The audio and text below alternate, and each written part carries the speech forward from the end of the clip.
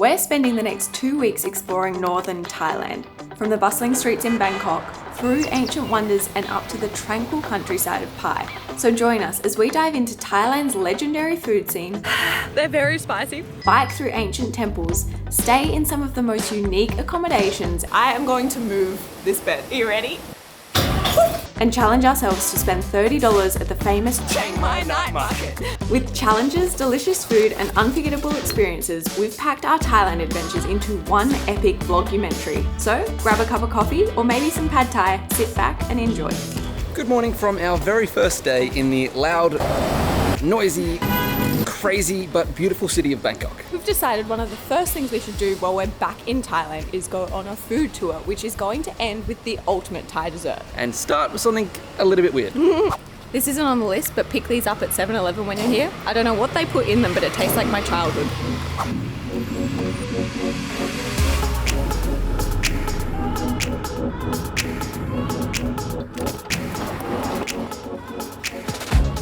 This is our first day in Bangkok, and in full transparency, we weren't going to film today. Today was just going to be like hanging around at our Airbnb, get some nice food, go for a walk. And when I was Googling what cafe to come to, I came across this one, and we just knew we had to come. I'm so happy we did. I love them so much.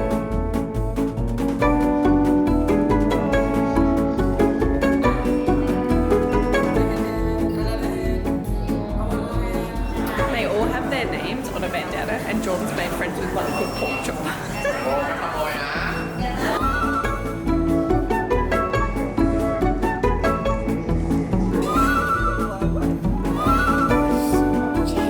Definitely not a cheap experience at 350 baht each to get in here. You get the coffee with your entry and you can pay an additional 100 Thai baht to get some treats for them.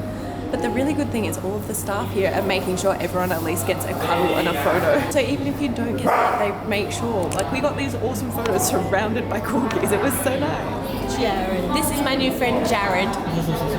He's He's puppy, around 8 months. only 8 months old. You got Hello. Pork chop staring at him. Jared is the baby here. He's only 8 months old and I'm getting quite the snuggle. He just got pushed on me. Slid over too. They're also well behaved and posing for photos. The funniest thing about this place is how many untouched drinks there are. Everyone here has to order a drink to come in, but no one has any time to drink them because they just play with the dogs. Let's be real, we've just snuck this into the food tour and we haven't even told you how the coffees were. They were good, but now it's time for some real food. We have come into town on the lookout for a restaurant called Say Fun, and the reason we're looking for this is because it's on the Michelin guide for street eats in Bangkok. So we had to come here. It closes in an hour. Watch out. And I think it must be somewhere around here. Look for that. Say Fun first opened its doors back in 1926, and now the third generation is keeping the tradition alive, still cooking their grandfather's original recipes. I think I might get the pork wonton and roasted pork with egg noodle. Despite its small size, this cozy spot has been featured in the Michelin Guide since 2019, making it a must-visit spot for tourists and locals alike.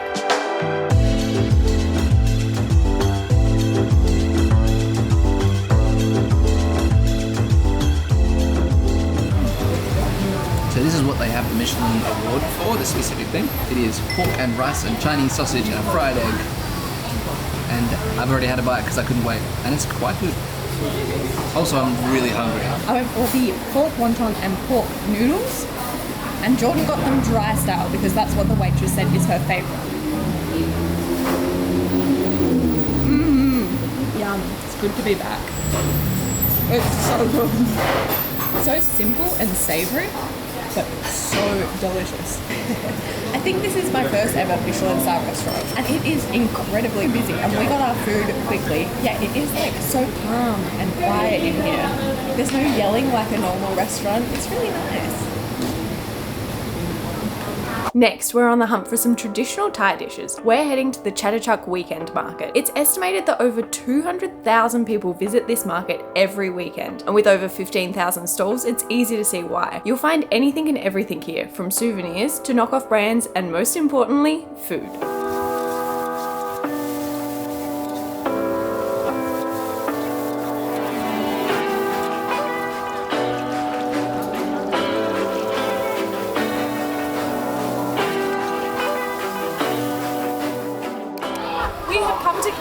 in the food section, which is so busy right now, to get two of the dishes.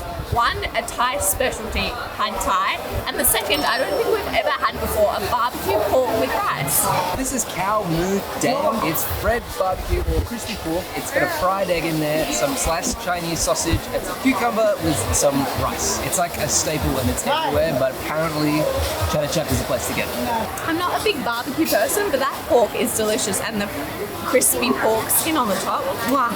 I went for a classic pad Thai. So pad means fried and Thai means dish. So it's just a fried dish. Not only is pad Thai Thailand's national dish, but it was actually created by the then Prime Minister of Thailand in an effort to reduce rice consumption during the war. You'll find pad Thai on almost every menu throughout the country. The price can vary from super affordable street eats to pretty expensive restaurants with epic views, like our next stop.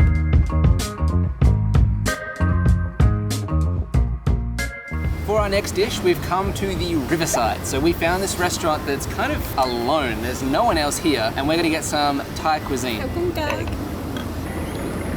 Traditional Thai drinks. I'm gonna get the cashew chicken deep fried, which sounds amazing, and Emily's actually getting fish straight from the river. Wow, thank you. I went for fried rice with crispy skin fish, and it looks delicious. There's also some sauce on the side and a tiny little salad. That is so flavorful, and the crispy skin fish is crunchy and crispy and oily. Here comes yours. Wow. That is really good. That's like, obviously the flavor of satay, like the peanut flavor, but the chicken quality is through the roof. And then it's deep fried, so it's got like a little bit of a crunch too. Out of everything that we've tried on this whole Bangkok food tour, that's probably my highest recommendation, is that specific dish. That specific dish in this restaurant overlooking this water. It was perfect. We're heading to the bright lights of Chinatown. This place blew us away, and we spent hours roaming the streets and taking it all in. But it didn't take us long to sniff out some delicious Thai street food.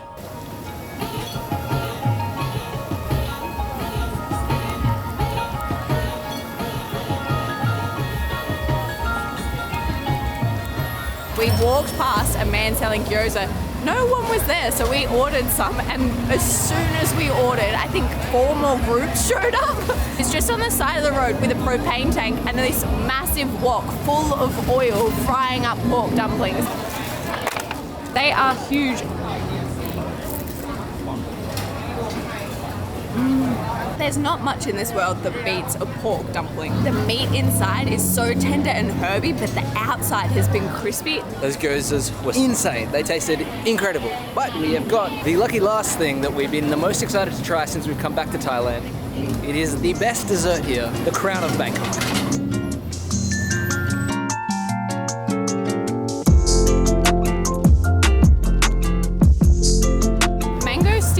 Has to be the best dessert you can get in Thailand, and if it doesn't have these little crispy bits on top, you've been ripped off. This was the most expensive thing today by far, but it is so worth it. It's so cool watching them slice up the mango. I don't know why, it's just so fascinating. Looks like such a fun fruit to slice. It really never fails. If you come here and you don't try this, you're doing Thailand wrong. Good morning from Bangkok, Thailand. Over the next 2 days, we're going to explore some of Bangkok's most famous attractions. That means cruising on the river, checking out some awesome temples, getting lost in insane markets, and of course, trying all the awesome, famous Thai street food.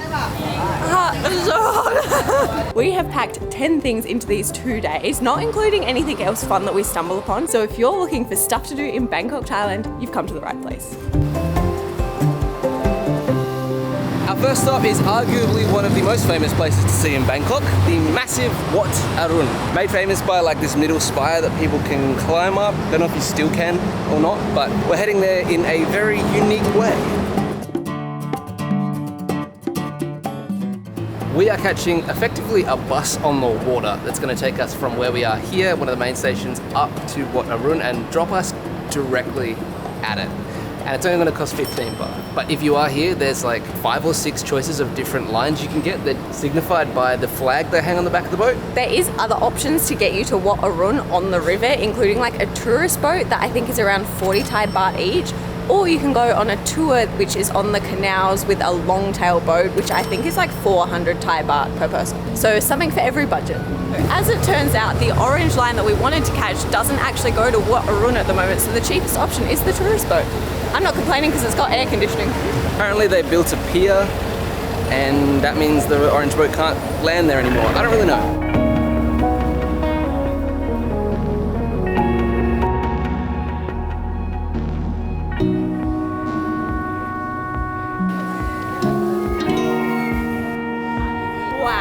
We are at Wat Arun now. It costs 200 Thai baht per person entry, but you get a little water on that, which I think is so nice. It is early. I think it's been open for about an hour or two now, but it's not that busy. Look at this.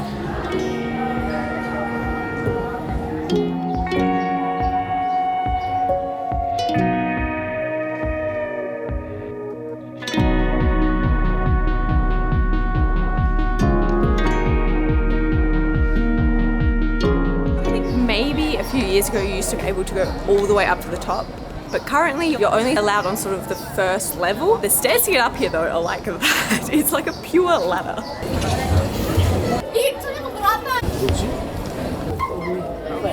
We have done a full lap, I'm scared I'm gonna bop my head, around this first level now, and this is the quietest bit we've seen. There is so many people dressed up in the traditional garb. I think there's places you can hire them right around the corner from here. I keep thinking I'm gonna... Now I think we're gonna go down a level, take a break and just enjoy. Get away from all these people because it's getting hot. It's so hot. This temple was built in the 17th century by a king after they were kind of conquered by the Burmese and they resettled their capital down here. It's actually called Temple of the New Dawn because it's meant to symbolize like a new dawn, a new beginning, yeah, and it's like keeps religion strong and became like the epicenter of the new city. Wow, do you know how long it took to build? Yep. Oh. Can't tell you though.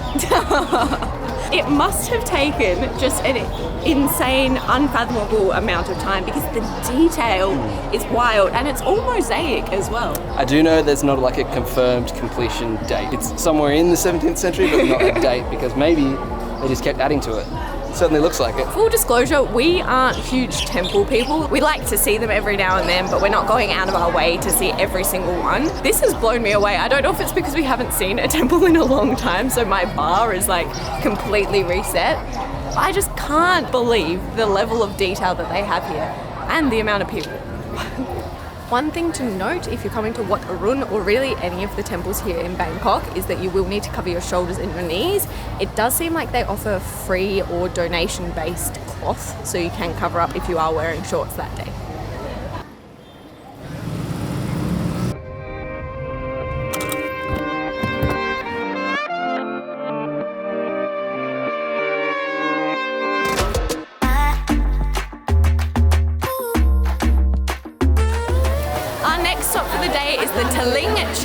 Floating market. We heard that this is a bit more of a local floating market in Bangkok, and so far it is living up to the hype. It smells incredible in here. We can't see anything floating yet, but there is water over there.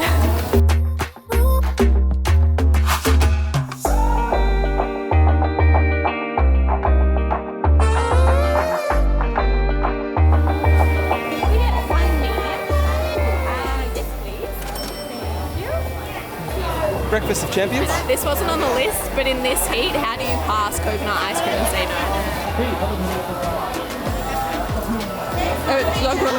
So this market is one of the relatively new markets and floating markets in Thailand. Actually only came here in the 80s, so 1980s, it's quite recent. And it was built because they wanted to both keep traditional markets alive, but also they wanted to get tourists here. Funniest thing is, it's become one of the least touristy markets and a much more traditional one. And it's all community run, so every dollar that you spend here, all tourist dollars go straight back into the community. I love that. Really, really cool. It's only open on the weekends though. Yes, have to be Saturday, Sunday. Yeah. I'm eating all of this. If you want some, you've got to get in here. Alright. Thank you. ขอบคุณครับ We were walking past one of the stands and there was a lady putting what I thought was cheese on what I thought was like tacos. I don't really know what they are at all, but it's egg yolk and then this orange one is coconut. So immediately we're like 20 meters into this market, we've already bought two things. It's a weird sweet savoury combo. Sweet pancake, but then not sweet egg. I don't know. The outside's almost like an ice cream cone.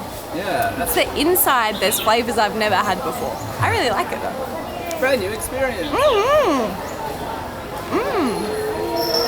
It's weird, but I like it.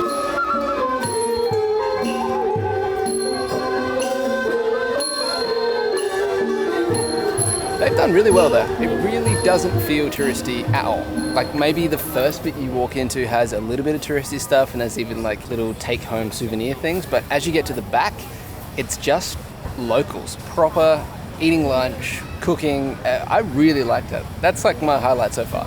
I really liked it too. I will say it's not what I would picture. If you said picture a floating market, True. I wouldn't picture that. True. I completely agree with that, but it surprised us with how good it is. And now to one of the biggest markets in the entire world.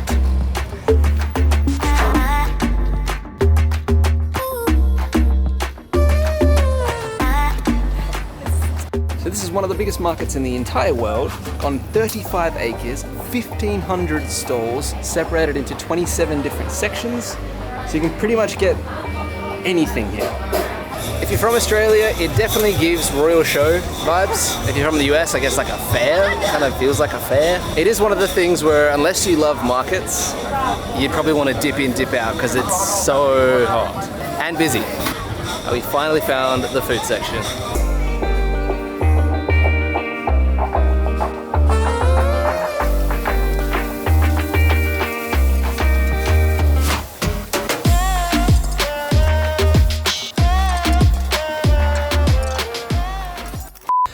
If you're lucky enough to have a pool in your hotel, very good tip to go and avoid the middle of the day and refresh a little bit. We did, and now we are more than ready to continue exploring Bangkok.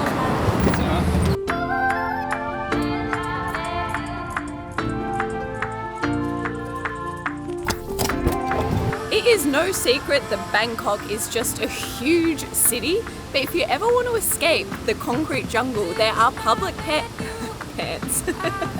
there are public parks everywhere, including this one. This one is called Lumpini Park and it is right in the center of Bangkok. It's 142 acres big with massive walkways and runways around the whole thing. It's used for jogging and people work out. There's gyms here, but the coolest thing is big fat lizards.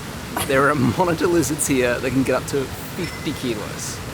If you want a peaceful day out, just close your eyes when you're walking so you don't see them. If you're like me, you might have thought that these monitor lizards were brought here for a specific reason or like purposely kept here. Apparently not. Apparently it's just a natural habitat and they love it here and they're not threatened, so they all congregate here. What's crazy is that the locals just don't care at all. And even half of the tourists are just walking by, not looking. I can't believe that there's giant monitor lizards just hanging around. They can get up to 2 meters long and people are just ignoring them.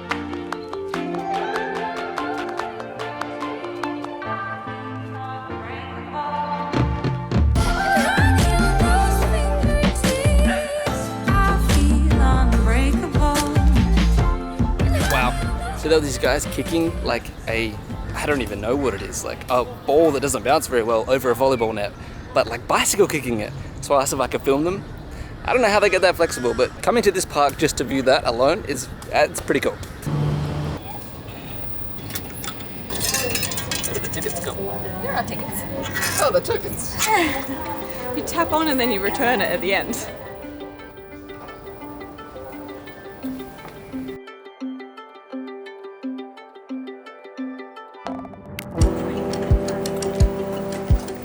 Our last stop of our first day on the Stuff to Do in Bangkok tour, we've come to a neighbourhood called Talat Noi. It's one of the oldest neighbourhood in all of Bangkok and has a literal translation into small market. One thing I am loving is how Instagrammable it is here. There is an old Fiat 500 hidden somewhere in the streets that I can't find the location to, but there's all these old bikes and cars just on the street.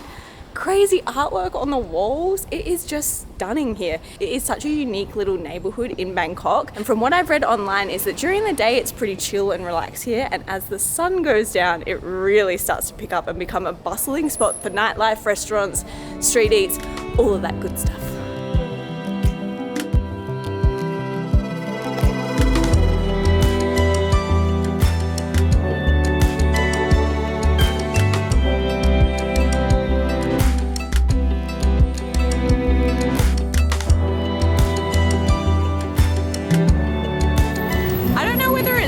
time of day with the sun setting in the background, but there's something about Chinatown right now that feels like New York City. It's like the neon lights, the traffic, everyone's out on the road taking photos. It's so much fun and so lively, and I think we might have found food. It is definitely the Times Square of Bangkok. We couldn't actually find any food stalls at Talat Noi. I think maybe we were there a bit too early, so we just walked a little bit north to Chinatown, and now there's food everywhere.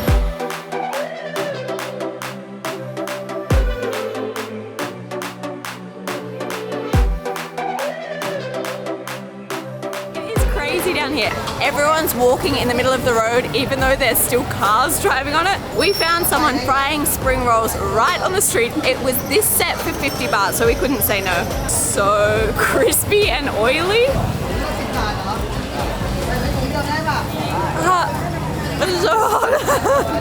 Yum. That was a very good end to day one of stuff to do in Bangkok. If you're following our itinerary like point to point, day one is massive, but I promise day two calms down a little bit. Also, if you're in a 7-Eleven here, lemon non-alcoholic singer thing, amazing, really refreshes you. All right, let's get into day two.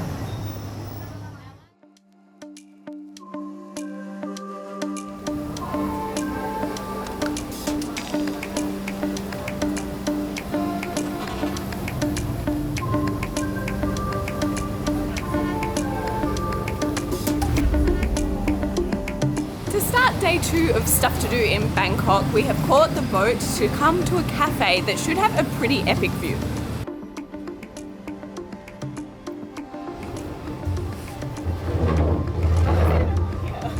Jordan has been the one to plan today, but this cafe, he is off to a winner. We literally have Wat Arun behind us and we're the only ones here. The cafe did only open about 15 minutes ago, so I'm sure it'll get busy as the day goes on, but this is so cool. Why is there no one here? Make this place famous. Everyone who watches this, if you're in Bangkok, come here. It's 10:15. If Bangkok is anything to go by, it should be rammed in here. But it's just us. Wat Arun, water, nice breeze, shade. Having a good day.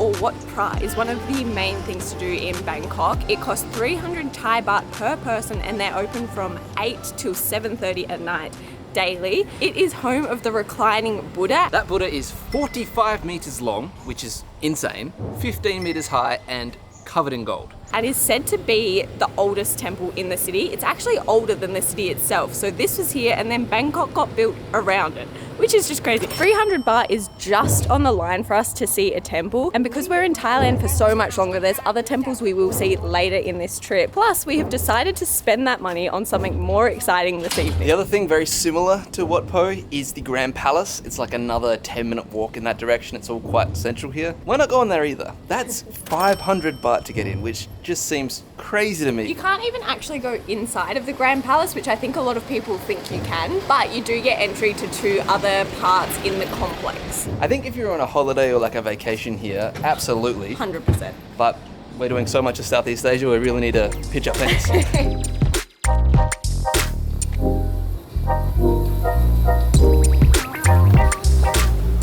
For the last thing of our stuff to do in Bangkok 2-day massive itinerary, we are going on a dinner cruise. We picked a Lanna luxury buffet cruise because it was available and it had heaps of reviews. We're going to link it in the description below, so if you like it, you can book it too. But before we get in there, this is Icon Siam, apparently one of the biggest shopping centers in Bangkok, or the biggest.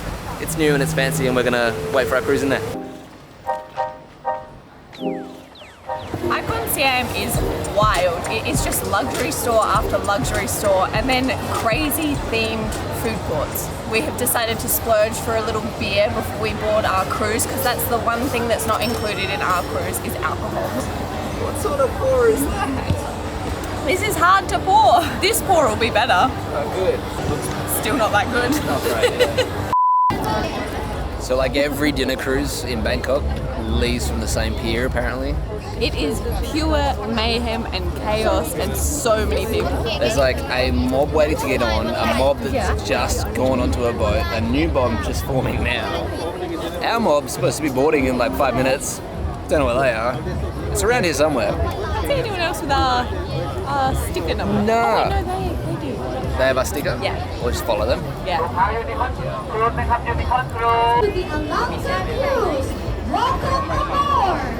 We are one of like 3 cruises leaving right now, and they're leaving all night.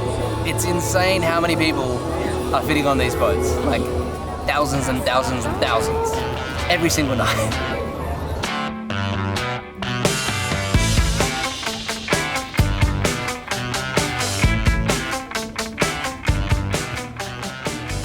Just taken off and there is an insane rush for food. This is pretty intense. It definitely is one of the top things to do in Bangkok, and it's cool that we get to see the skyline from this perspective. But whew, if you do like your personal space, this might not be for you. Once again, we are about to cross the lowest bridge in Sukhothai River. If you're tall on here, you're at risk. That guy with the lights telling everyone to get down. I think this bridge is even lower. He's really panicking.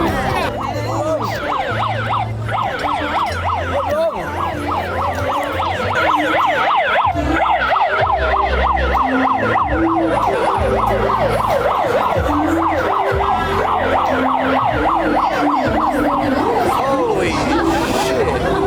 That's the only precaution they have in place?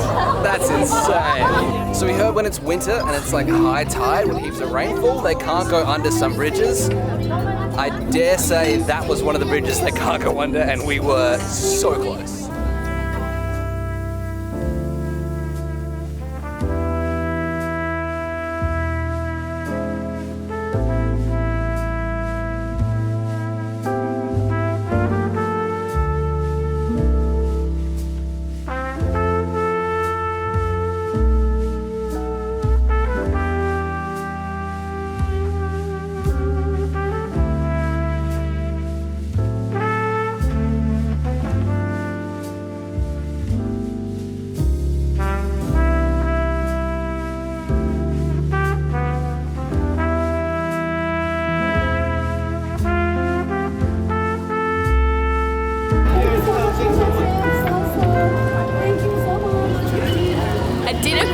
Definitely the best way to end 2 days in Bangkok. The first half an hour, I'm not gonna lie, is absolute mayhem with everyone trying to get their favorite things from the buffet and just going crazy. But if you can get through that, it becomes beautiful.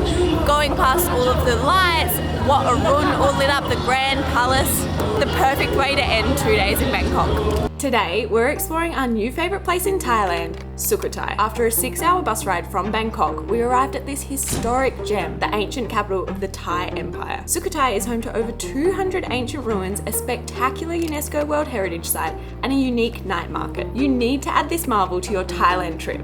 It sees significantly fewer tourists than other cities in Thailand, preserving the authentic feel of the country perfectly. We'll be getting amongst the history and culture by exploring the town and historic ruins on 2 wheels before ending the day at a vibrant night market in the heart of the ancient city.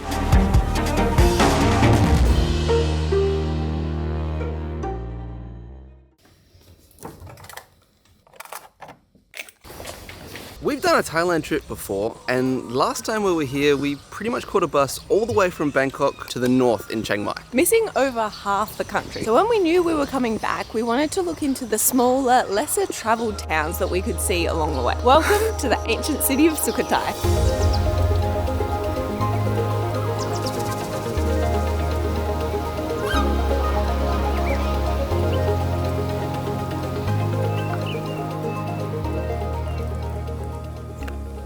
Travelling in the rainy season means we have to be somewhat flexible with our plans. We had all intentions of being out for like a half an hour already, but it's raining. So we're gonna wait, have an extra coffee at our hotel, and then go to the historic park. I say flexible to a point because we are only here for 1 day, so even if it rains all day, we do need to go out and see this place. I hope that it doesn't though. Finally, the rain has stopped and we are out and about exploring. There is one main thing to do here in Sukhothai, and that is to explore Sukhothai Historic Park, which is home to over 200 temples, ruins, stupas, everything you can imagine. The problem is it stretches over 70 square kilometres. This is the solution.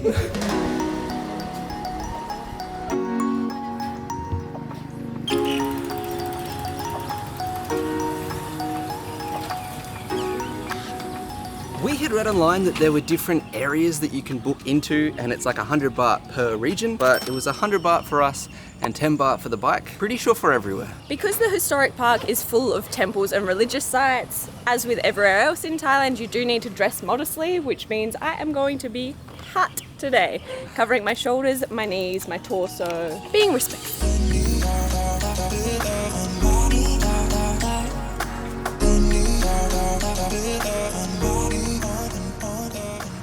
The main way people get around in the Sukhothai Historic Park is hiring bikes, and it was only 30 and they were only 30 baht per day. And we don't have to return it till 5 p.m, which seems crazy to me. I think we're going this way.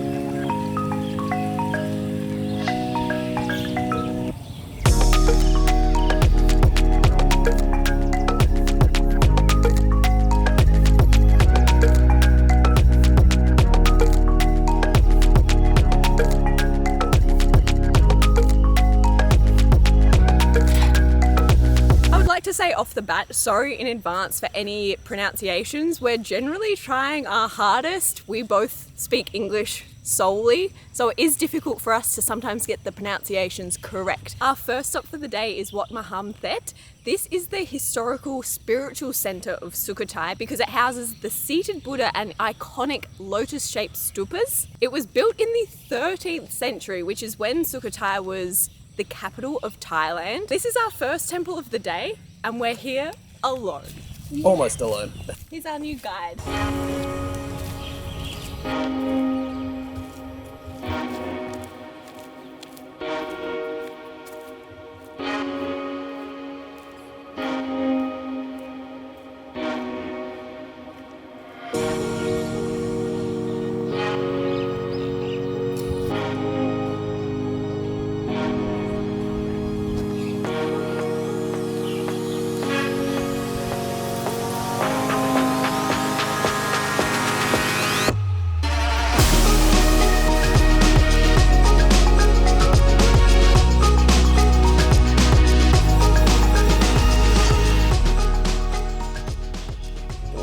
I cannot believe that we have been here for like an hour by ourselves. It's a very hot tip to get here ASAP. It opens at 6 o'clock, get here between 6 and 6:30. It's been incredible and so quiet and silent.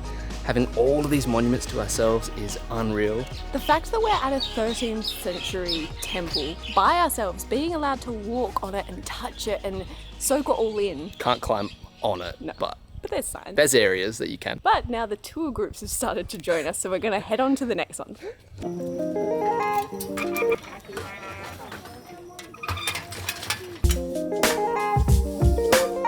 It's 8 a.m. now, and the tour groups are officially here. I did not think there was this many tourists in Sukhothai. You okay? Yeah. Look at these groups, it's crazy.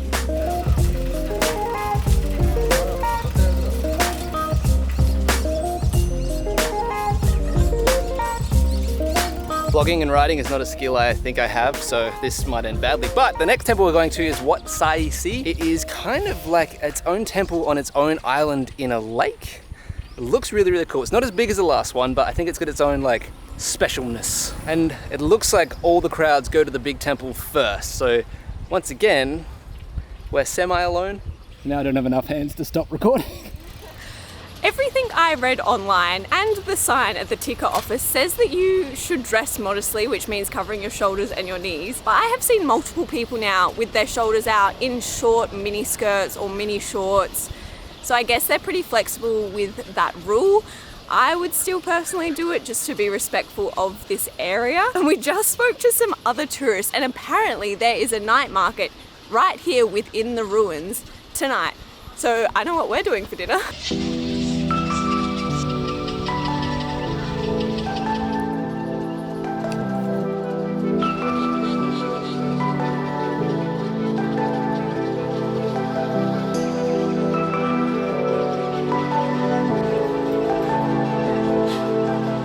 Temple is definitely not as exciting as the first temple we went to. It's clear on the screen. But it is very serene and unique here. We are covered by frangipani trees with all of these, I think they're herons. Yeah, all of white these birds. White birds with long necks flying around. We're surrounded by water as well. And yet again, just as we're leaving, all of the tour groups show up. It's kind of our cue to leave. It's like, okay, time to move on. I am loving Sukhothai though. This has to be added to your Thailand trip. It's like a hidden gem. I know that there are a lot of tourists here, so it mustn't be a hidden gem. Like, it's a very well-known thing. But back in 2022, when we came to Thailand, I don't remember hearing about this place. Never heard of it at all. It looks like it might be quite popular with like Europe. There's a lot of French and Italian tour groups here, but not many English speaking. Yeah. But I think it's just so much fun to really connect with the Thai culture and have all of these sorts of places to yourself. Because think of Bangkok, those temples were double the price and heaps more people. More than double some temples. We didn't even go into them because they're so expensive. But this is 200 historic sites across 70 square kilometres for 100 Thai baht. It's just doing the math. You could get a bus here, stay where we stayed, and have entry to this temple and pay about the same as what it would be to go into Grand Palace and Wat Pro. No way. Wat Po. Very close Oh, to do both of them. to do both. Yeah. Wow. There's your options. I think this is better. Add it to the Thailand trip. Sukhothai literally translates into dawn of happiness and was the original settlement of the Thai people back in the 13th century. So it is incredibly old. The best way to get around, in our opinion, is the bikes because the wind in the hair is unreal. But you can also hire a golf buggy, and there's like a tram that is a hop on, hop off and takes you around the sites, which is an option as well.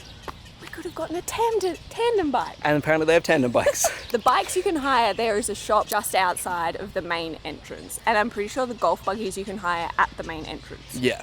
Yeah, the bike shop that we did was 30 baht, and it's like just across the road from the main entrance, down the road a little bit. Heaps of bikes at the front, can't miss it. And they open at 6 a.m, so they will be here for you to get the bike and come here for opening. Straight away, yeah. The next stop is about 8 minutes away, but I'm not complaining because it's so flat around here. The breeze you get from riding is so nice. It cools you down incredibly well.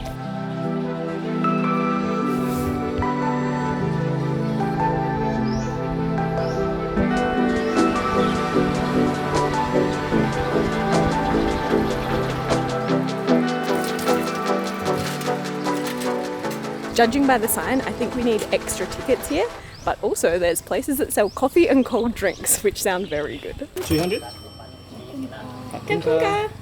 Oh, they're so cold.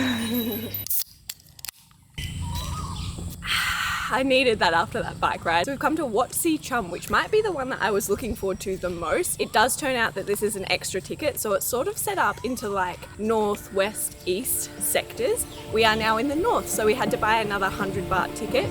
We're going to see what other temples we can see in this area to make it worth it.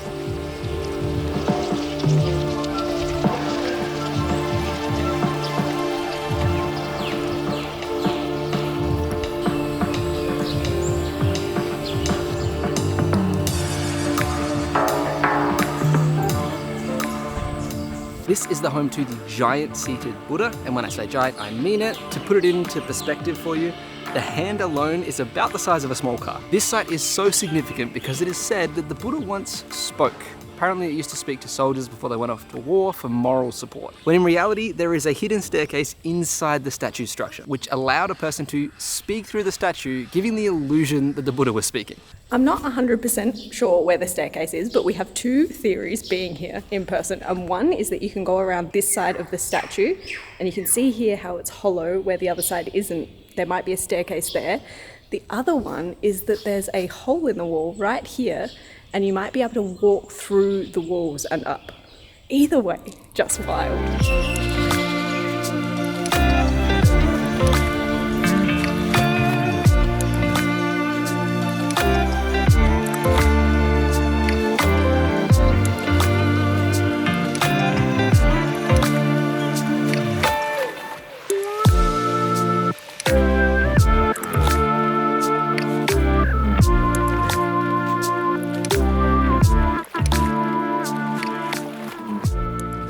It is heating up, so we're going to go get out of the sun and we'll see you at the night market. This market is very popular. It doesn't look like there's that many stalls, but what's really nice is that you can get some food and have a picnic right on the waterfront looking at the pagoda. It looks like they put little rugs down with tables. I'm hopeful that we'll be able to find a dish called Sukhothai noodles. As the name suggests, it's local to this region, so I have my fingers crossed that we can try it tonight.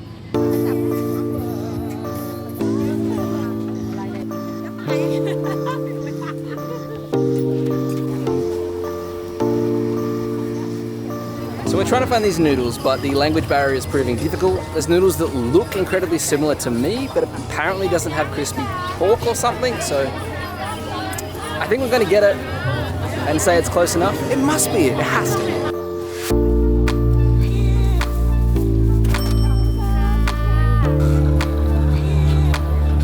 I'm still not sure if this is Sukhothai noodles, but the thing that made me think it could be is that I read online that Sukhothai noodles had green beans in them, which is quite odd for a Thai dish. And from a distance, I thought these were green beans. They're not. So it's definitely not Sukhothai noodles, but it still looks good. Less than $1, just over $1. All of this for just over $1 is wild. Ooh. Are they sweet? They're very spicy. I've sent Jordan to get me a Sprite. I don't do well with spice. On the Nando's, I order medium, I think, and that's the peri peri chips at Nando's are spicy for me. I'm trying to build my tolerance up, but I was not ready for that. So I read the main difference between the Sukhothai noodles and other noodles is that they have like a sweet flavor and like a little bit of peanut too. I still think they're Sukhothai noodles. I have no real idea, but some of the characters in Thai matched on her sign, and they're sweet and they look the exact same. I think they're Sukhothai noodles. They're quite spicy. Maybe it's not Sukhothai noodles. It's definitely not, because the noodles are too thick. I'm pretty sure Sukhothai noodles are like thin noodles, almost like pad Thai. Really good. Way too spicy for you. Yeah, I do want another bite. Wow. Okay. Wow. The sky looks so pretty.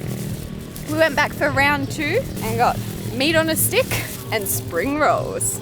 What's really nice about this market is there is a fair share of tourists here, but there's also tons of locals. And it just blows my mind that we're sitting within a 13th century ruin, having a market, having a little picnic with this view.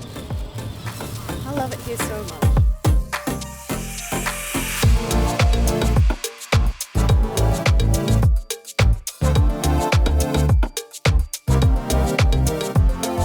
Don't get us wrong, Bangkok is amazing and you more or less have to go there when you go to Thailand, but coming out to a town like this and really connecting with Thai history and Thai culture has been a godsend. We have been having so much fun, it's such a different experience. If you have a Thailand trip lined up, please try and add Sukhothai to your list. Today, we woke up bright and early to head further north in Thailand to Chiang Mai, where we will be renting a car and driving into the jungle to stay at 2 incredible unique accommodations.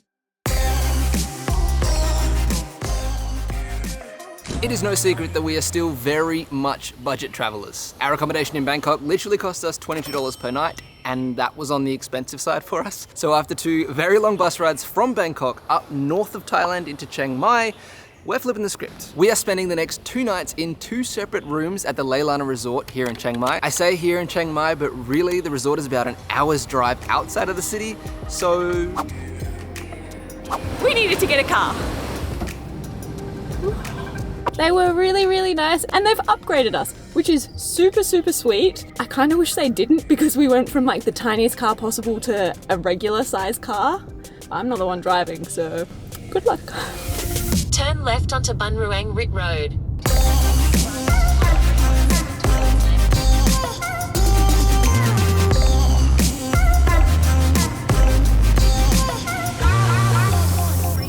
We have been fortunate enough to rent cars in quite a few places, and I'm not gonna lie, renting one in Asia freaked me out a little bit. It just seems like the road rules here are a bit more optional.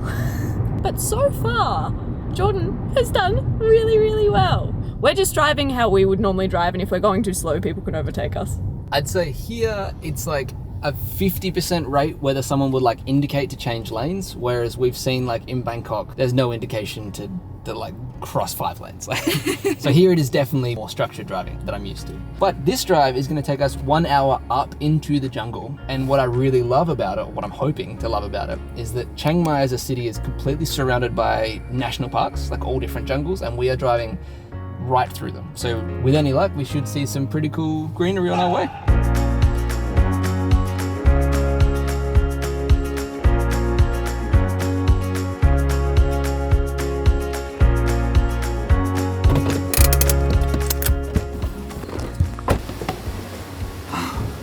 Wow, it's so much cooler in the mountains, and then you add this waterfall stream that's literally right next to us. It looks like Itinerary River on camera, but it's actually so clear that you can see the sand on the bottom.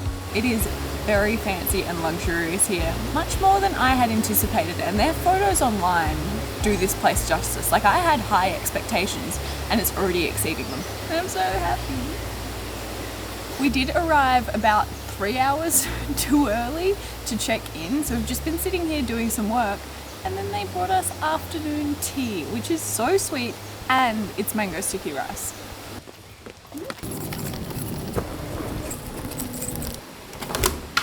Okay, before we mess this whole place up, we're gonna give you a tour. The Lanna resort actually has a few different villa types. We're experiencing 2, so we'll actually switch rooms tomorrow, but for tonight we're in Path of the Wind. As soon as you come in, we have a beautiful bathroom. Look how huge and gorgeous.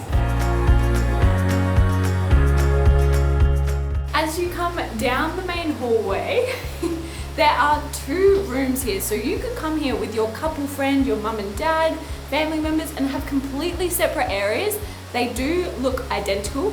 So we'll show you this one. So it is essentially one giant white, beautiful curved room in here with everything you could ever need, including a huge, gorgeous bed. This feels like I'm laying on a cloud with this epic arched view right out onto the river and a jacuzzi, which I can't wait to hop in later. As you continue on, there is a cute little desk area, which is definitely going to come in handy. And then they have somehow curved a window. How do you do that? I guess it's like separate panes, but why? Further back into the room. If there is an amenity you can think of, I can almost guarantee that they have it in here for you. We were kind of worried because there's not much around this area, whether we'd be able to get snacks or water. It's all here. 1, 2, 3, 4, 5, 6, 7, 8 bottles of water for 2 people. And there's another 8 in the other room as well. We have all of the usual things like towels, cups, tissues, but there is also a bug sprayer, a hairdryer, cup noodles, plenty of tea options, a kettle, and we even have a very cute retro music player. That is such a nice touch. And a mini bar. A fridge. One thing I potentially think and talk to Jordan about a little bit too often is how easy it is for like cheaper places or Airbnbs to feel luxurious. The main thing that they can do is provide 2 bath towels per person, because that to me is such a luxury. And this place, we have 2 bath towels per person, per room. So technically we have 4, living the life. The room is extremely aesthetic and pretty and dreamy, and insert nice adjective here. But I think the best part is outside. The hallway down is lined with what I'm assuming are fake candles. So I can't wait for nighttime because it's gonna be so romantic. Look how huge this balcony is. And we have a hot tub. We have to hop in there. What else? Oh, both of the rooms also have split systems. I don't know what I turned off. Was that a humidifier? I think so. A humidifier, that's so fancy. Dehumidifier. Oh, a dehumidifier, that's We don't so want more fancy. humid. What's really nice about the aesthetics here is the wall masonry that they have, and everything's all white and creamy and clean and so dreamy. Plus we have the river running right past, surrounded by forests. Should we hop in the hot tub? Yes.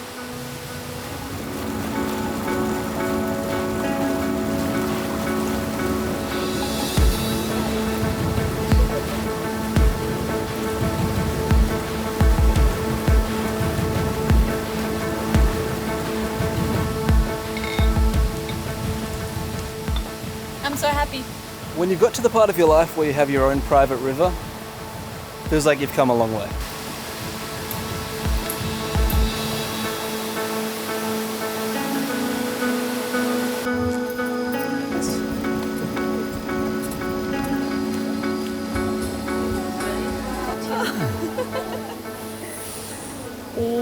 Wow.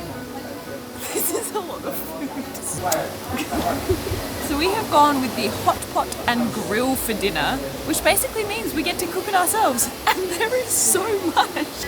Okay, we just got a lesson on how to do this because this is basically our first time. The grill is for the meats and for this half of the vegetables, and then the soup is for the other half of the vegetables, and I guess just to have some soup. We also have some sauces. These two are for grill, and this one is for soup. The glasses have a full ice bottom. It's fully frozen down there. Oh my god, it's very distracting. I'm not going to be able to cook all this. I have never been this full, and I think we ate half. Yeah. You reckon? That was delicious though. Jordan did a great job cooking, and we had these like tempura pumpkin things. They were the highlight of the whole dinner, I think. Genuinely excited to do this all again tomorrow.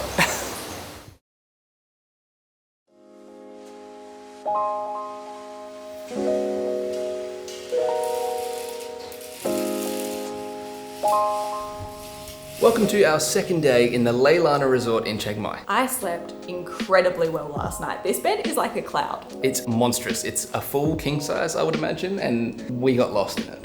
I had no idea where you were during the night. I was just cuddled up in pillows and blankets and the rain hitting the roof. Yeah, rainy season, so we had the rain coming down. It was like a meditation track, and then the dehumidifier works a treat because it was crispy in here. I will say two things to note if you're planning to come to this resort. One is to bring your own bottled water because they do provide you some, but they've infused it with health things, so it has a very particular taste. The second is to watch your head because we have both hit our heads countless times on these lights. It doesn't hurt or anything, but you get annoyed at yourself every time. Rest of the morning, we are going to our included breakfast before we're checking into our most anticipated room and the whole reason that we booked this resort. It looks incredible. If you thought this villa was impressive, just wait until you see the bed in the next one. Welcome to what has to be the most impressive villa at the Lanna resort. We have a mudroom, which is nice, but I'm not going to show you too much of that. It's basically full of all of the same amenities that we had at the last place. Then you come down these beautiful curved steps. This is basically all of the villa. The bed is the most impressive thing, so we're going to skip over that for now and come back. Over here, we have a lovely little couch to relax on. This villa definitely feels a lot bigger than the last one. I know it probably takes up the same square meterage, but because it's all in one room, it seems like more, whereas the last villa was split into two separate rooms. You know? Does that make sense? Bumping up against this window, we have the cutest little tea and coffee area. So we might sit here tomorrow morning and have some tea. We have more amenities, the same tea, coffee that we had in the last one, but this one, we also have a bar fridge with 4 wines, and the mini bar is stocked with, I think, 8 beers. I'm so excited. Okay, onto the bathroom. Very similar aesthetic to the last room, the gorgeous stone basin, the shower, but there is actually 2 showers in this villa. How cool is this? An outdoor shower butting up against this huge boulder. That is a nice boulder. One really nice feature that I would want in a forever house are these windows that just push all of the way back. So it feels like a really combined indoor-outdoor space. Of course, we have another jacuzzi again, plus some deck chairs. The river is flowing right by, and now it's time for the bed. Okay, this has to be the coolest, most unique feature of the villa. I have never personally seen anything like this. With this remote, I am going to move this bed. Are you ready?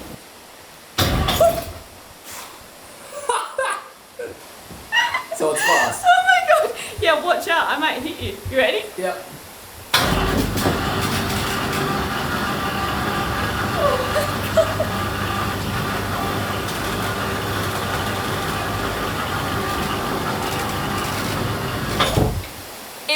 of you were expecting the bed to do that, I feel like I owe you money. There is no way I would have known. And it's so fast. How epic is this? Obviously this feature isn't suited for all weather, so we're going to try and make the most of it while it's not raining. But you have the exact same cloud-like comfort outdoors. Living our best life. All right, bye.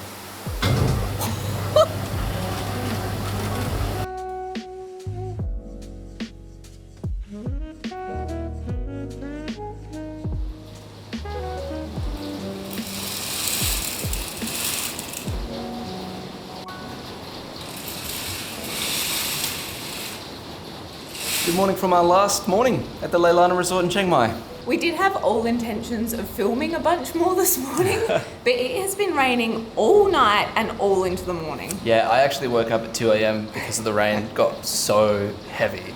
Also, sleeping in a circular bed is interesting. That being said, highly recommend this room called Fly Me to the Moon. Really, really good. The space that you have is amazing. We've only got one more thing to do, and that is have breakfast. And then it's back to Chiang Mai to go on to somewhere we've never been before. Today, we're making our way further north to Pai, a hidden gem nestled in the mountains of northern Thailand. This small town is famous for its stunning natural beauty and laid-back vibe. If that's not enough, we'll be showing you what the iconic bamboo bridge is like completely alone before ending our time at one of the best places to eat in Pai. But first, we have to get there.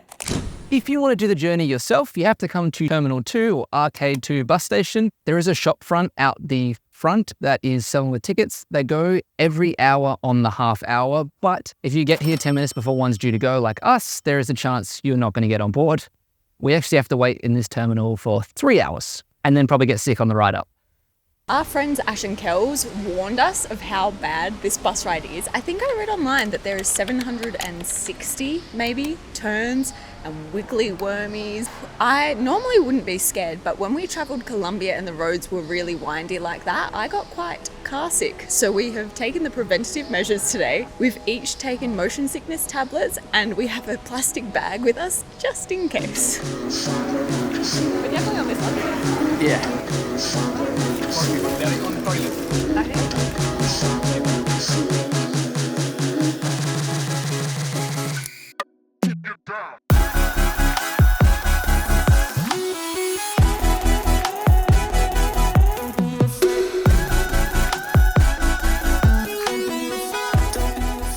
That bus ride actually wasn't too bad. I think I felt the sickest of everyone on board and I didn't throw up. Yay! If you're thinking about doing the bus ride yourself, a couple of tips. I think try and book in advance if you can, just to save you waiting around in the bus station all the time. Do think about having seasickness, or what do they call it? Motion sickness? Motion sickness tablets, because we didn't get sick, but maybe that's because we did use them. The van stops a bit over halfway through for like a lunch break, and then it gets really crazy and really windy. So if you're feeling sick when you stop for lunch, that's when you need to take some tablets. Also, try and sit on the left side of the bus because the view's left on the way up, right on the way down. We were on the right. We were. Oh, was the left better? Emily was asleep. All the views were on the other side. But before we settle in or go out for the night, really quick room tour because it is stunning. One thing about 2024, Jordan and Emily, is we have matured, and so too the channel is maturing with us. It's a How About Your Mother reference. We are still budget travelers, but we're definitely scooching up the mid-range. We value comfort and ease a lot more than we did in year one, which is why we're paying for things like eSIMs, getting nicer hotels that are a bit more comfortable, but still budget friendly. Like, this isn't breaking the bank, but look how gorgeous this is. It's air conditioned, which I feel like year one Jordan and Emily didn't have. They have a little welcome home made out of leaves. The bathroom is stunning. I cannot wait to have a shower. We're looking out onto the pool. I wish we were here for longer than 2 nights. A fruit plate, some coffee, a mini bar. God, you really can't go wrong. Did you see all the koi?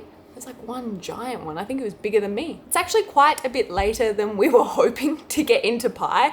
We wanted to get the 10:30 bus, which would have meant we were here about 3 hours ago. So it's already coming up to dinner and sunset time. So I think we're gonna go for a walk, try and find somewhere nice for sunset, and then get something to eat.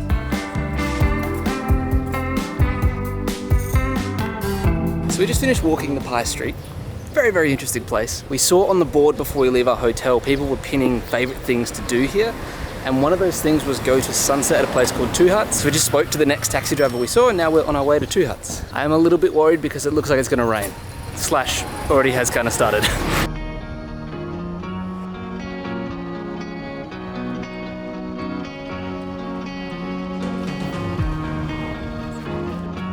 There's a lot of people here.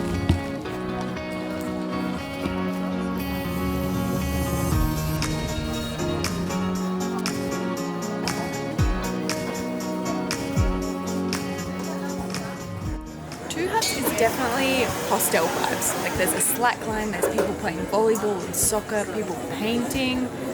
If this was a hostel backyard, I wouldn't be surprised. We've treated ourselves to a couple of beers. We were hoping the sunset would be better, but it's very cloudy. And now it's time for dinner.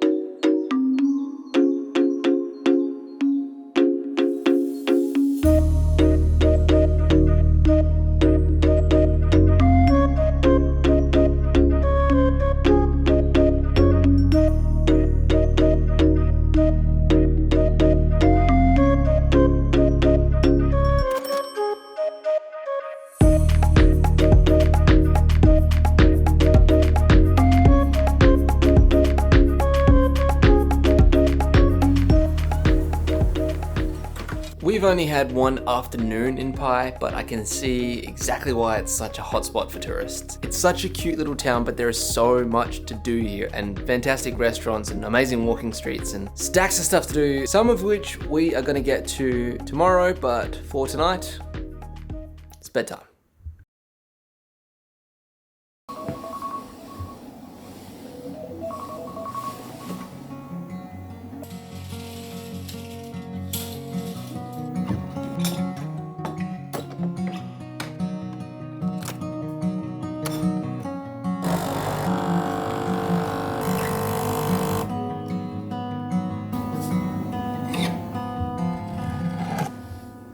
Today is our one and only full day in Pai and we really want to make the most of it. There's some epic things you can do here like the Pai Canyon, a bamboo bridge. Unfortunately, I think the chance of rain today is about 50-60%, so we've got to figure out what we want to do with a chance of rain, if that makes sense. Like I would love to do Pai Canyon if it was guaranteed not going to rain, but it's not. So what do we do? So Pai is a very, very small town, but it's probably one of the most dense places with tourists, and that's because there's about 2,000 to 3,000 residents here, but it gets about 200 to 300,000 tourists every single year. So there is, on average, 100 times more tourists than there are local people here. And it's evident, they're everywhere, including us. So it seems like one of the most popular, if not the most popular way to get around in Pai is to rent a motorbike, which sounds so much fun. But if you know us, you know that that's not a good idea. So unfortunately, we're having to pay a little bit more for transfers in cars. I think we're gonna call up our same taxi driver from yesterday and get to this bamboo bridge. Looks really cool. Hopefully it doesn't rain. You want me to message him?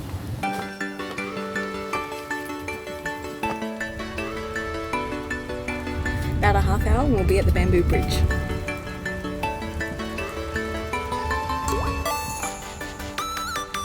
Okay, you walk inside, right hand.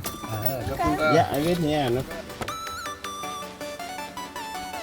I know that this car was 5 times the price of renting a motorbike for the entire day, but we never would have made it up here. That was such tight gravel roads winding through all of these tiny villages and jungles that were just littered with cafes and restaurants and zip lining, ATV tours, everything you can imagine.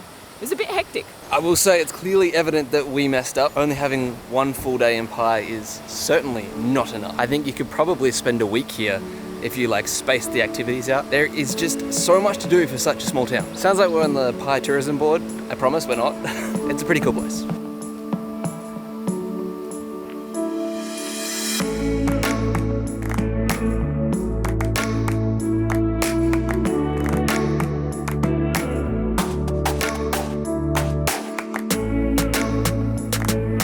cost 30 Thai baht entry, which neither of us considered how much it would cost to come on the bamboo bridge because it is just a bridge, but I believe your entrance fee goes into maintaining it. Thank you. Also, she gave us an umbrella just in case it rained. For some reason I thought the bridge was going to be really sturdy, but at the end of the day it's made out of bamboo slats, so there's a lot of give and a lot of bounce. This is beautiful. This reminds me a lot of Sapa in Vietnam.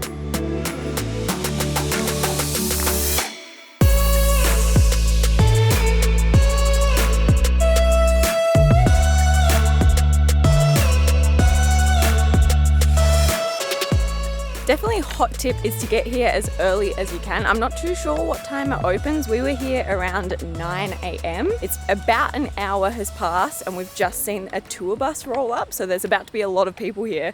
But we've had the entire bridge to ourselves this whole time. It's also way longer than I thought it would be. Our taxi driver asked us if we wanted to stay for about 2 hours and we were like, oh, probably like an hour. It's just a bridge after all. There's so many things here. There's water buffalo. We're walking over rice paddies next to rivers, past temples. It's just stunning.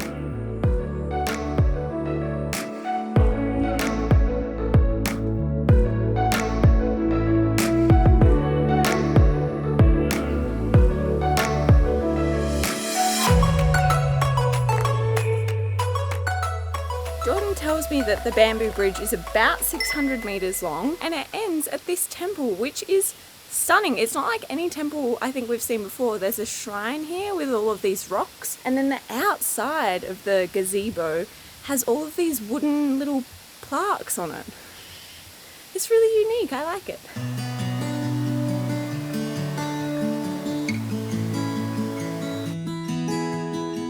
Emily and I are in agreement that if you are in Pai and you're looking for something slow and peaceful and tranquil to do, get up early, come to the bamboo bridge. I just feel so reconnected with nature. All you can hear is the insects and the river flowing past. Yep. The gentle creak of the bridge beneath you. And the jingle of the dogs. Puppies. Ding, ding, ding, ding, ding, ding. But the day is not over. We're headed to the White Buddha. Our plan was to get our driver to drop us off at these steps to get up to the next stop, which is going to be the White Buddha, but he pretty much said no, not without paying him more money. So it's only a half an hour walk, but we're walking there now. Looks pretty far away. Tipsy tubing is also massive in Pai. We're not currently in season for it, but we're almost certain that this is the river that everyone tubes down with unlimited drinks. I've seen some photos online of it, and it is insane how many people come here and do this. The whole river is just black with tubes and littered with people.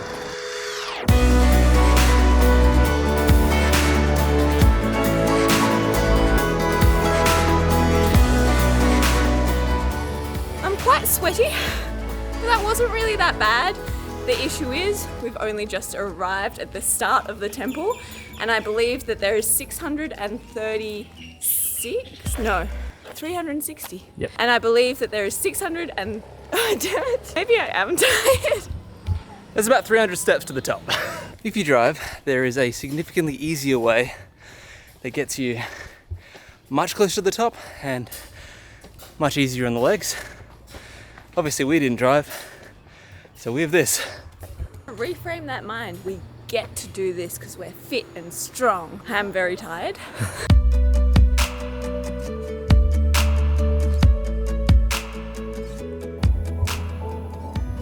Take in how sweaty I am.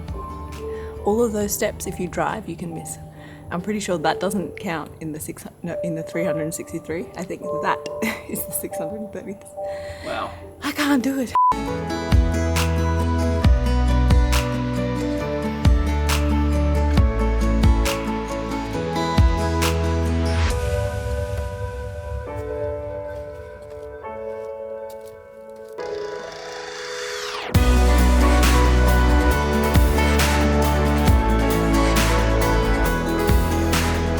It hasn't been super kept up or like restored, so there's all these old trees growing out of it and cracks. I really like it. Plus you get an amazing view of Pai. Yeah, come up here for the view, to be honest. Yeah. The big white Buddha on a hill is described perfectly in its name. But the view is what you're here for. half an hour walk back to the hotel, and then I reckon we get to check into our new room. This is so cool. It feels very much like a Bali, Fiji villa. It doesn't feel like a hotel at all. It's like we're on our own.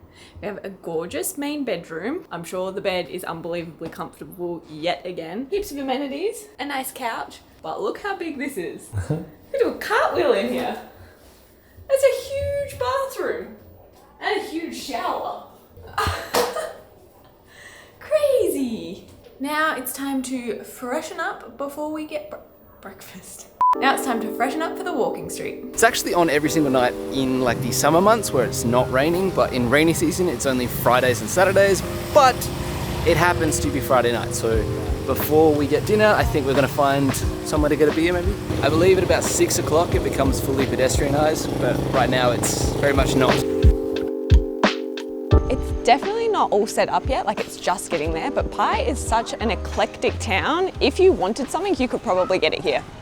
The hunt for a bar didn't last too long because we saw 3 dogs wrestling each other at the entrance to one, and that obviously took precedent.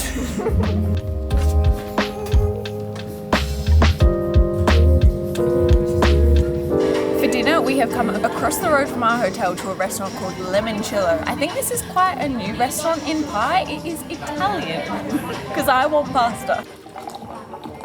Okay, this might be the thing I was looking forward to the most, which might sound ridiculous because it is Italian food. Jordan went for like the house pasta, the lemon one, and I went for a beef ragu, but we're gonna split it. That is incredible. It's like perfectly al dente. And I know that I suffer from recency bias, but it tastes better than the pasta we had in Italy.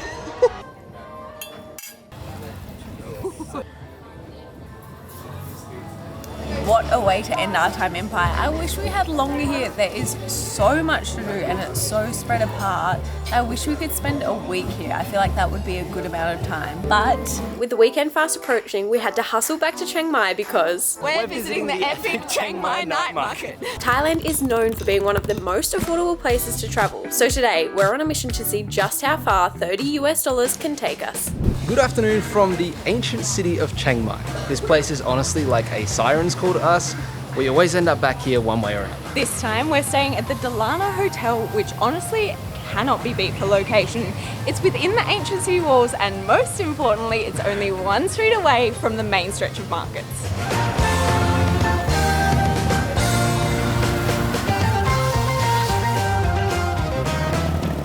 This night bazaar stretches for 1,000 meters from here all the way back to the ancient city gates. It is one of the most sought after markets in all of Thailand, despite there being hundreds and a dozen of them in this city alone. We should have incredible food. It's as good as I remember. Amazing souvenirs. Can't believe I'm shopping. Really good massages and just like a cultural vibe that you can't really get anywhere else. And tonight, our plan is to experience a slice of all of it. We have challenged ourselves to try a little bit of everything at the Chiang Mai markets with a spend goal of $30. That's about 1,000 Thai baht. So we are not leaving this market until we spend every single dollar. So we have 4 outstanding missions for tonight, some of which are going to cost a lot more than I think we realize. So this could be a very short video, but the first mission is some shopping.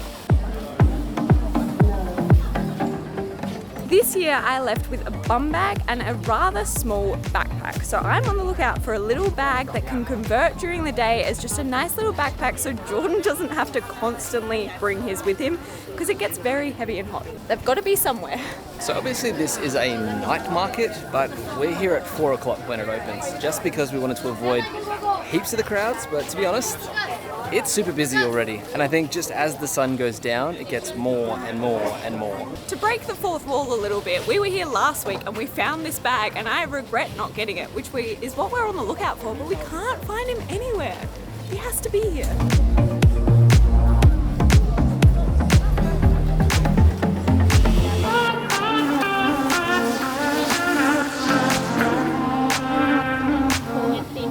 It is like half of our budget. Is that okay? This means we have to try harder. Yeah. Which colour? Should I do it? 480? 480? Okay. Which one? What do you think? This one or this one? Which one? You like this one? Okay. Bye-bye, budget. Have a nice night. Thank you so much. Yes. One thing secured. 480 baht, which is a bit more than I wanted to spend because it's basically half our budget. She started at 550, which is less than the guy said last week. I think he started at 750. We got her down to 480. Historically, famously, we're not the best hagglers. I really don't know how to do it and it makes me quite uncomfortable. How do you haggle it? Help me. Stop pointing the camera at me and help me. So I'm pretty happy with that price, although I am sad that it's about half of our spend goal because that means we're already halfway through. I think we'll make this back with food.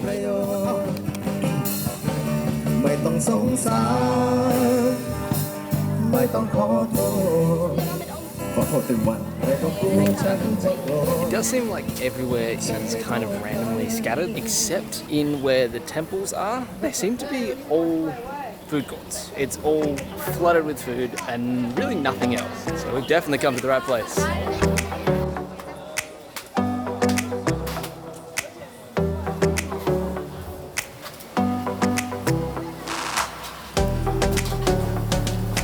There are all these tiny plastic tables and chairs throughout the food courts, and since we came here in 2022, I have been dreaming about these chicken skewers. And I know that sounds ridiculous to be dreaming about Thai food and its chicken skewers.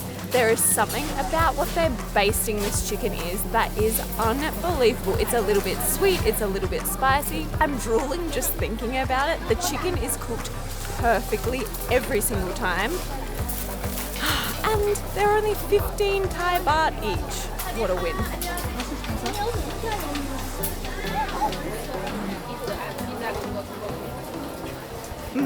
It's as good as I remember. The reason we very first came here is we watched Kara and Nate come to this market. And if you don't know Kara and Nate, you've been living under a rock. They're pretty much 90% of the reason everyone gets started doing what we're doing. But they came here and he said he loved it. And we were like, we'll try it, 100%. For your reference, if you want to get these, you have to come to the Wat Sam temple, go inside, and on the corner there is a blue tent. There you will find the best chicken skewers in your life. So that's 45 baht we've just spent, which is gonna fill us up a little bit of the way. In fact, probably like half of the way to full, with deliciousness. Take 45 from what we've already spent, leaves us with 525, so 475. So we have 475 baht left. We're tracking okay. The bag was expensive, but we're tracking okay. My concern is what's next, because that's also going to eat into our spend. One of our goals for today was to have an experience, and there is no better experience at the Chiang Mai markets than to get a massage. This is basically a rite of passage, and yet somehow we have never done it. It seems like they range in price from about 160 Thai baht per hour down to 120, but because Jordan doesn't like getting massages, I don't want him waiting around for me for an entire hour, so I'm just gonna get a half hour for 100 Thai baht, and I'm feeling very selfish because I got a bag and now I'm getting a massage, so the next thing definitely has to be for you. Okay. Over this way? I'm sure you can haggle, but I'm not good at that. I'll see you in a half hour. Thank you.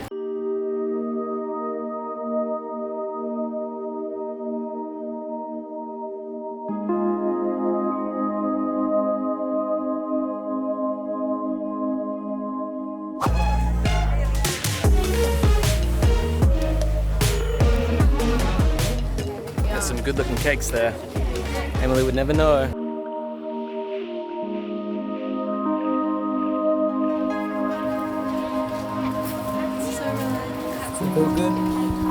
So good. That half hour went incredibly quickly. I'm so relaxed. That was incredible. I don't know how we have come to Chiang Mai market 3 times now and never partaken in the massage. She had hands of steel. The pressure was so good. To start with, she had this like wet wipe and was wiping my legs off. And that's when I realized I still had a little bit of big tan on. So that was a little bit confronting. Then the massage started and Oh my god, all of my worries just melted away until she got to my bruise. But then I also realised on my foot I had a bug bite. So for each pain on the bruise, there was this moment of relief when she went over the bug bite. It was so nice. I could have sat there for an hour easily.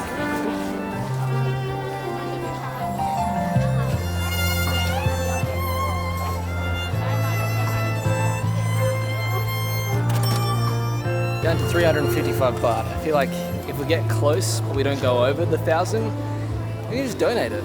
It's just gone 7 p.m. and it has to be as busy as it gets at the Chiang Mai night market.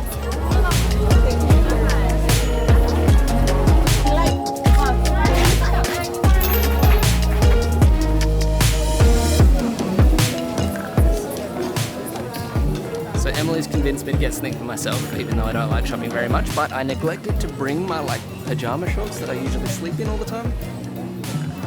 So I think I found some. And they're stylish. They're cute. So they're 100, and I don't think I'm gonna barter because I think 100 is pretty fair. Thank you so much. You did so good. Can't believe I'm shopping. With that purchase, we're down to 255 baht left. And I think we're getting to the end of the market too. We have gotten everything we've wanted so far. I have no idea how we're going to spend the rest of this money. A nice way to get through some money is food. So we're on the hunt for some dumplings or dim sums, I reckon.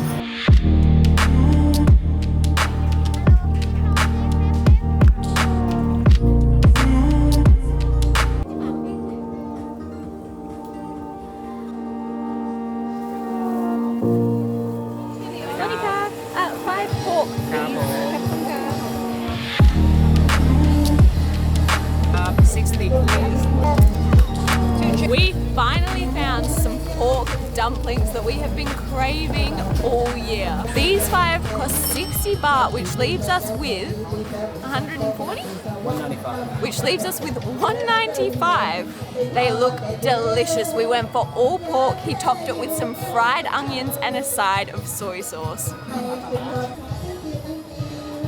This temple is like the party temple.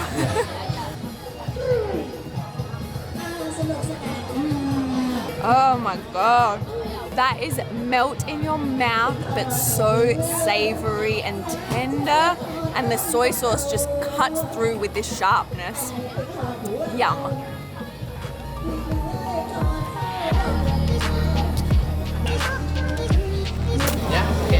that's right? Yeah. Thank you so much.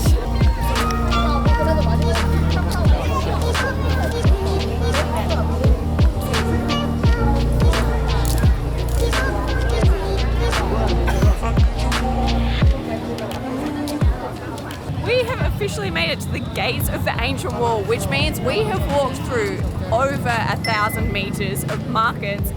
We spent half of it as soon as we walked in, have gotten massages, food, something for each of us, and yet we still have 195 Thai baht left, 185 Thai baht left. I 100% thought that by the time we got to the gates, we would be out of money and we wouldn't have gotten everything. But no, we've got to go back. This part of the market, between Wat Sampao and the gates, is definitely the most dense and crazy. So we saw watermelon juice and we couldn't pass it up. Yes, check with ice. With ice or just like with ice? With ice.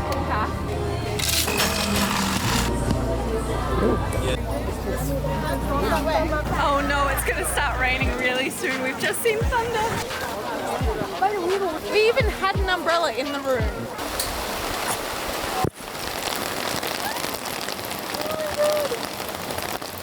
What do we do? Keep going? Oh my god.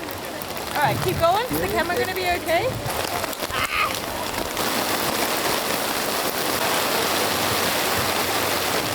It's only a 20% chance of rain and this is happening.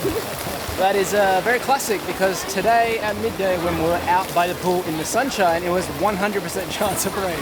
I don't know if it's just Google weather or Chiang Mai is like a city, but can't trust the weather. I think we're gonna have to call this a fail because of the weather. I don't know how we spent so much money and got so many things and yet this is a fail. Sorry to cut the video short, but not much we can do about that. a video. Okay.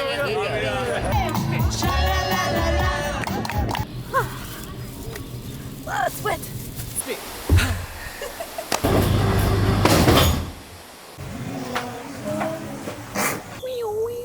Your big switch. Are you the cutest? We're visiting. Oh, We're not going to count it. we're visiting the epic Chiang Mai. market. Oh, God.